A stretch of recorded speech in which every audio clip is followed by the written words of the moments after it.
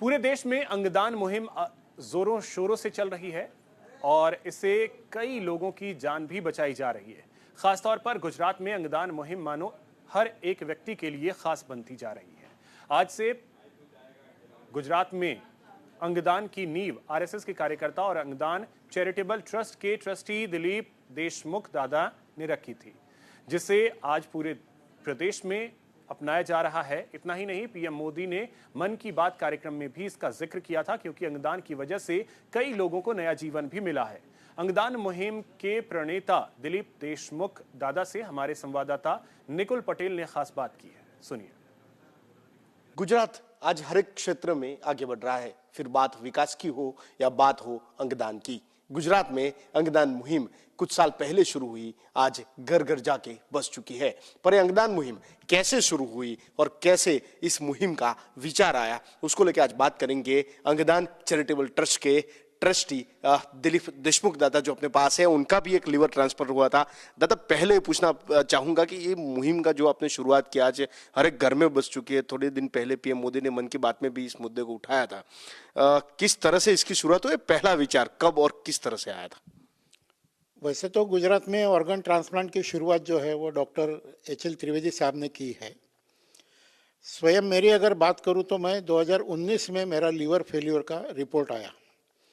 Liver failure का report आने के बाद मुझे सलाह दी गई कि लीवर ट्रांसप्लांट एक अच्छा ऑप्शन है। अब पूरा एक ऑर्गन ट्रांसप्लांट करना ये बहुत बड़ी जटिल प्रक्रिया है और मैं करीब 10-11 महीने की एक जटिल प्रक्रिया में से गया और मेरा खुद का लीवर ट्रांसप्लांट हुआ। मेरे ऑपरेशन के दौरान मुझे भी ये ध्यान में आ गया कि ऑर्गन डोनेशन काफ़ी कम हो रहा है और कम ऑर्गन डोनेशन का एक कारण है कि ऑर्गन डोनेशन अवेयरनेस काफ़ी कम है। उसी समय मेरे जो डॉक्टर थे, जो आज सोटो के इंचार्ज है, सोटो के कन्वीनर डॉक्टर प्रांजल मोदी, क्योंकि मैं संघ का प्रचारक रहा, संघ का कार्यकर्ता रहा, तो मुझे काफ़ी लोग मिलने के लिए आते थे।